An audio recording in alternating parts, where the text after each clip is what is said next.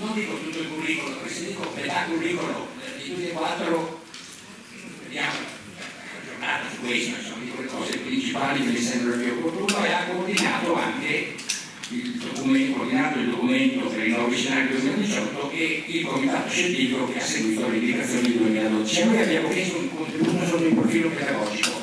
Ci ha proposto, come gli altri autori, ci ha proposto lui il titolo "Dare senso al curriculum". Grazie. Un tempo erano i programmi nazionali, non c'è dubbio, ma oggi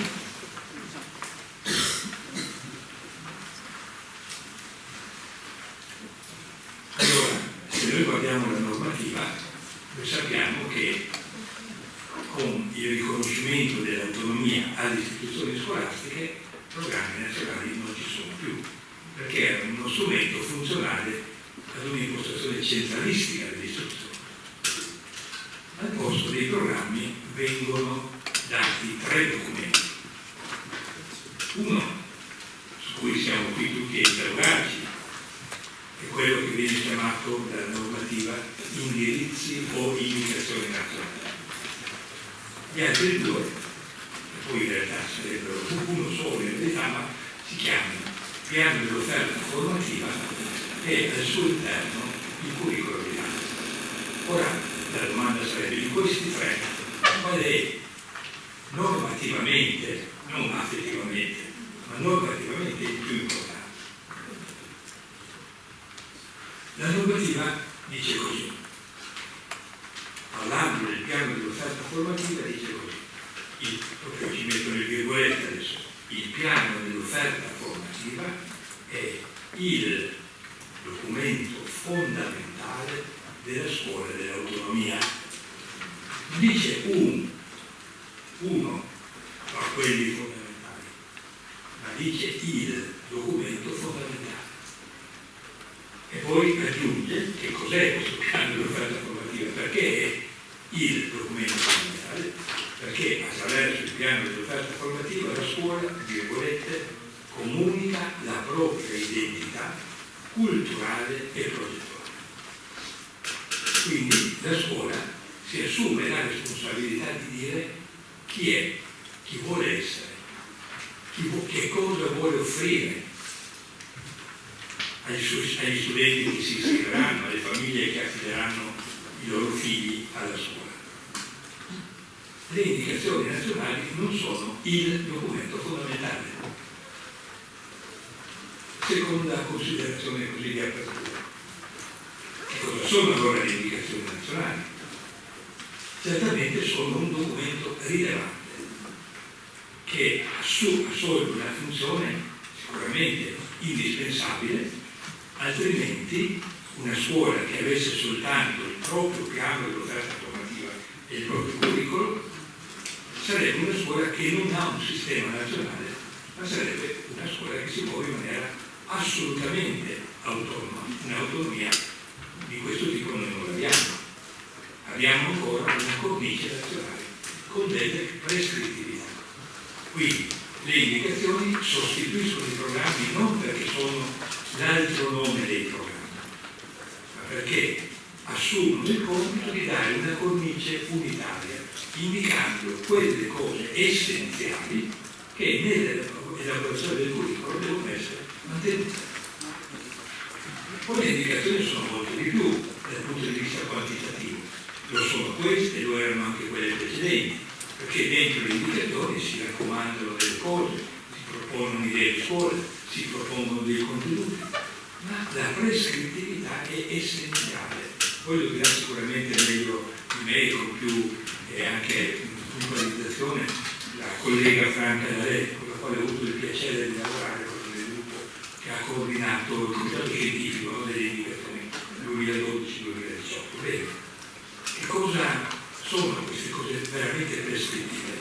Sono, dico in termini essenziali, le finalità generali dell'educazione, del processo educativo, quindi le grandi finalità dell'educazione. Il primo grande riferimento è la stessa Costituzione che ce le indica. Le competenze e gli obiettivi specifici che fanno riferimento alle competenze. E poi gli insegnamenti o le discipline che vengono indicati, perché se le indicazioni ti dicono ad esempio che si insegna informatica, tu informatica la devi insegnare, e se ti dicono che si insegna storia, la storia la devi insegnare. Questi sono, non è poco, ma non ci sarà tempo per andare a approfondire, però questo è il riferimento che ci deve essere. Ma quando si scrive il curriculum, altra cosa, non è soltanto guardiamo cosa dicono le indicazioni, rispettiamo le prescrittività e prendiamo quello che ci sembra utile e il resto lo elaboriamo noi. Cioè non c'è, nello scrivere il curriculum, non c'è semplicemente un rapporto, per così dire, dialettico, indicazioni curriculum.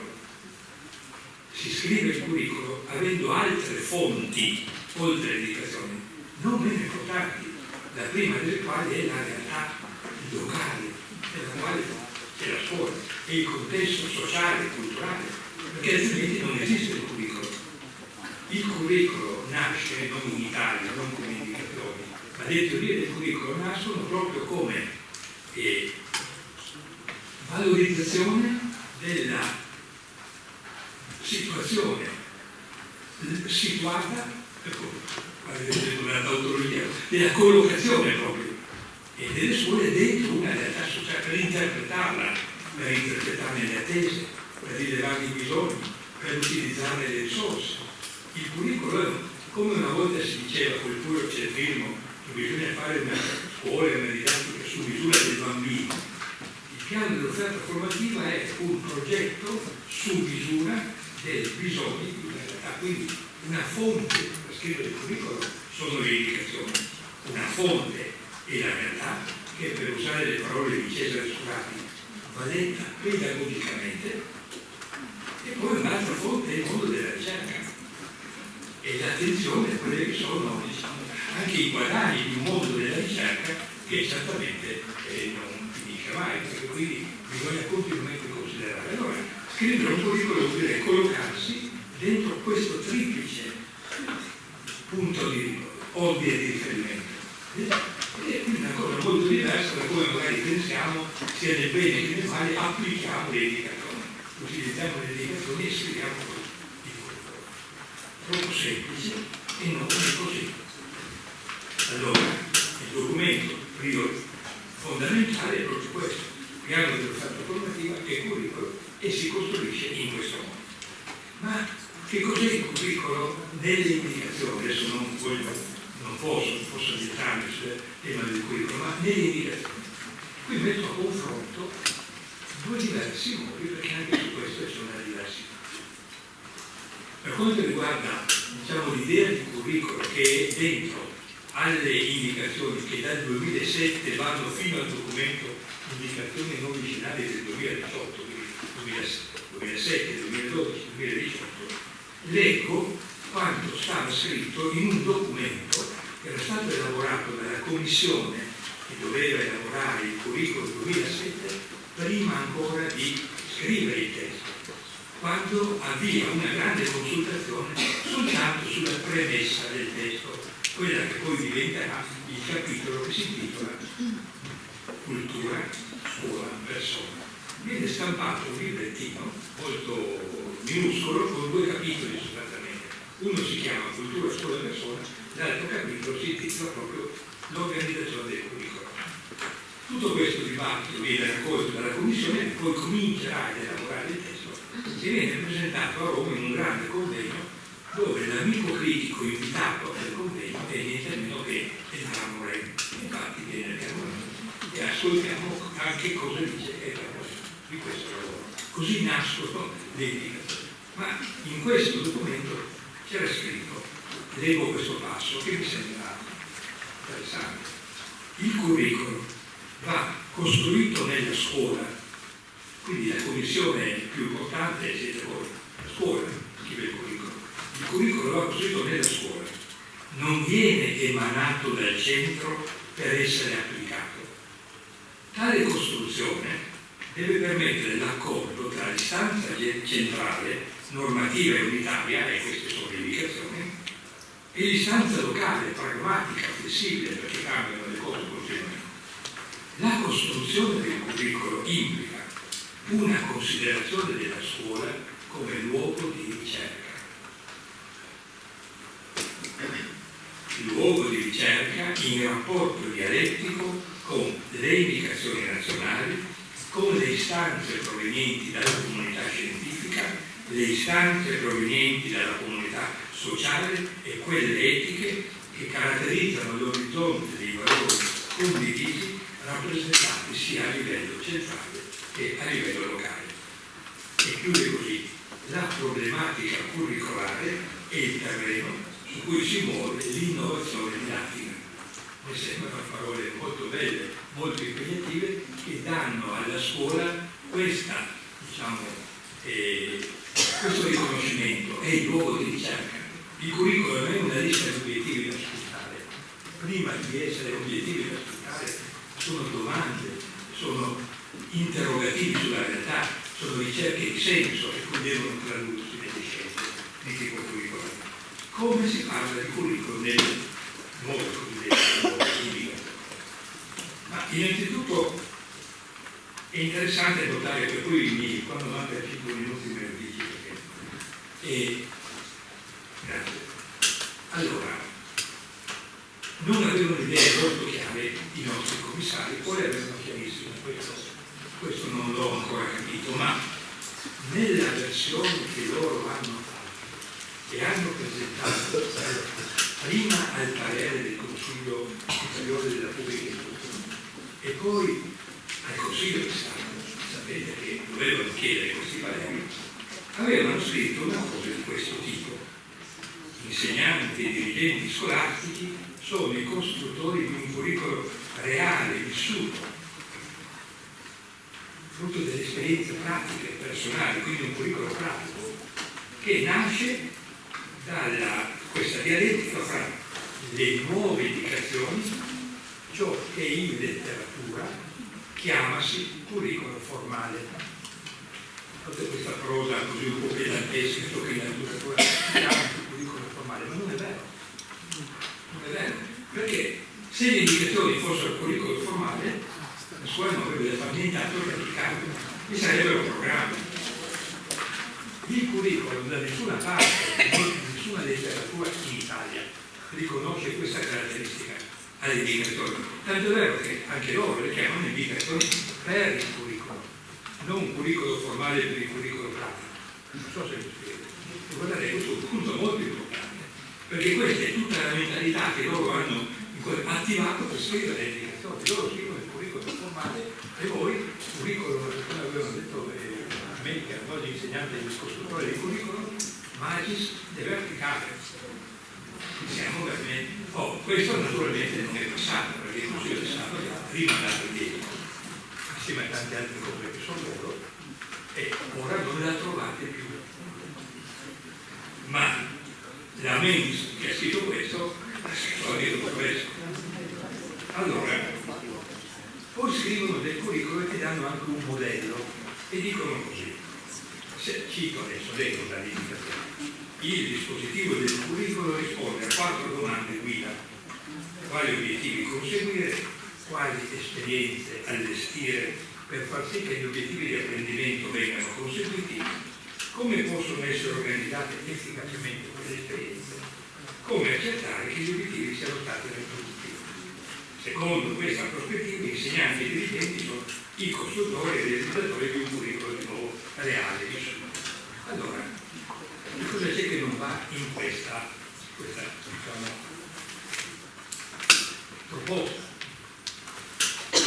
Da un certo punto di vista è perfetta, perché risponde ad una delle possibili modalità di costruzione del curriculum, che viene chiamata curriculum per obiettivi. Quando parliamo di curriculum, se ne parliamo in termini scientifici, non abbiamo un modello, abbiamo una molteplicità di modelli e di teorie.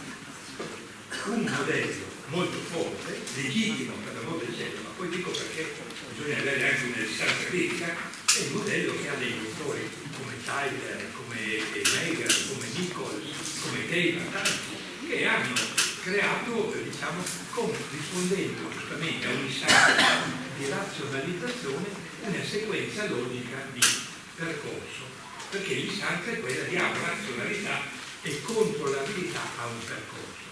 Ma attenzione, ci sono altri due filoni curricolari molto interessanti. Il primo che cito è quello focalizzato sugli obiettivi, ma c'è tutto un altro filone focalizzato invece sul contesto sociale, e i nomi che sono, diciamo, un po' gli autori di riferimento che abbiamo purtroppo cito così velocemente sono Stenhouse, sono Robinson, sono Frey, sono Ivar in Italia, eccetera, eccetera. Poi c'è ancora un terzo filone molto interessante, che è quello invece di tipo espressivo, che ha Eisner per esempio come riferimento, e che parte più dalla considerazione olistica della persona e che considera anche elementi che non sono facilmente definibili in termini di obiettivi, come la creatività, l'arte e così via. Allora tutto questo è una grande risorsa culturale che poi uno serve, di cui uno si serve per la gestione del ricordo. Altrimenti, scusate, cosa succede? Succede per esempio che la scuola dell'infanzia si troverebbe a dover applicare questo modello di curriculum, che è un modello che è improponibile per la pedagogia dell'infanzia. Obiettivi da spuntare e verifiche sugli obiettivi. Verrebbe trasformata, se pensate bene, in una sorta di scuola, forse primaria, ma sbagliando anche per la scuola primaria. Tanto è vero che sono andato a vedere cosa c'è scritto nelle linee pedagogiche 06 a proposito di curriculum, dove c'è stato un grande dibattito, no? Sai benissimo, Paola, no? Un grande dibattito proprio perché c'era un giusto, secondo me, pregiudizio nei confronti di una proposizione curricolare di tipo troppo direttivo in una scuola che aveva tutto un altro approccio pedagogico. E allora si dice così, attenzione, cito questo documento non solo per la sua qualità pedagogica, ma perché è ancora vigente. Il curriculum va inteso come un orizzonte di riferimento di valori, quindi un orizzonte di riferimento di valori e finalità condivise, e declinato in progetti educativi densi che, facendo leva sulle risorse del contesto, vedete che entrano tutti i filoni poi curricolari, facendo leva sulle risorse del contesto e sullo sforzo creativo, curriculum espressivo dei bambini e degli adulti, possono raggiungere obiettivi ricchi e imprevisti, anche imprevisti. Eisner dice: metti un bambino vicino a un po' di sabbia e un po' di acqua, qualcosa di bello succederà, ma tu non sai che cosa, ma sai che succederà qualcosa di bello, obiettivi imprevisti.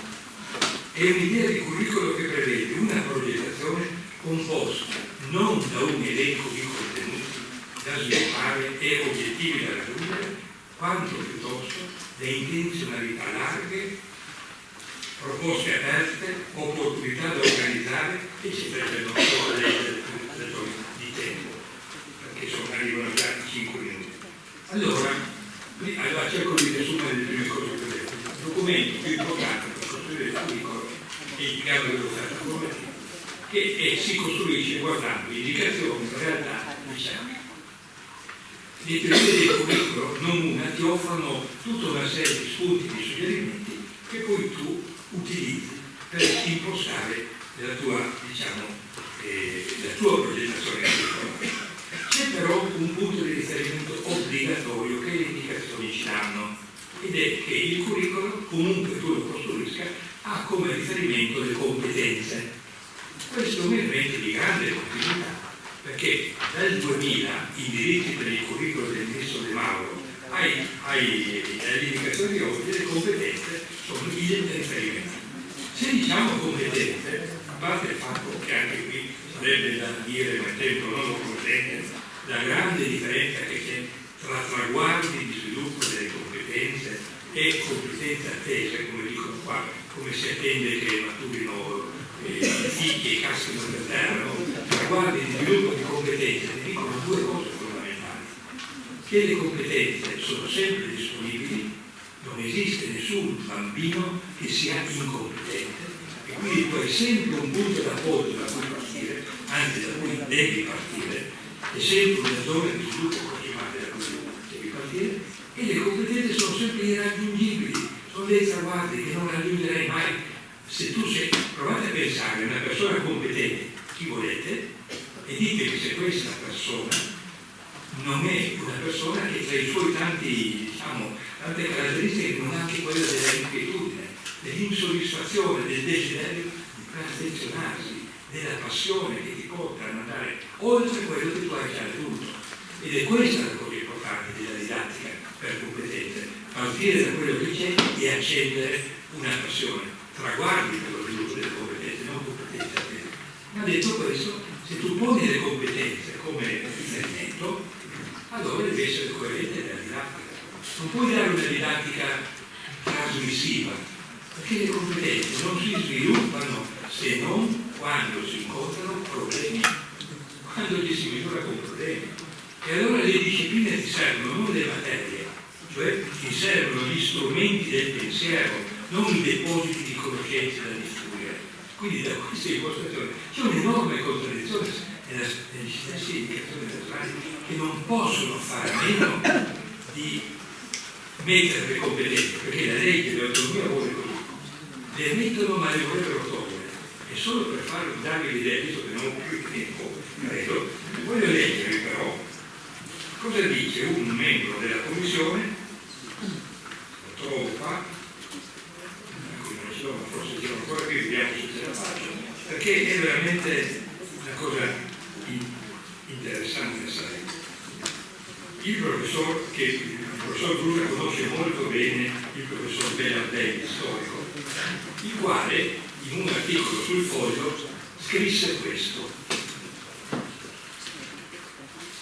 Parlando delle indicazioni disse: ci sono soprattutto novità nell'ispirazione generale, a cominciare dal fatto, ecco la grande novità, dice lui, come commissario importante, qual è la grande novità? Ed è stupefacente che nessuno lo abbia notato, dice lui, cioè che l'impostazione dei programmi, chiama così l'indicazione, che l'impostazione dei programmi è stata sottratta ai pedagogisti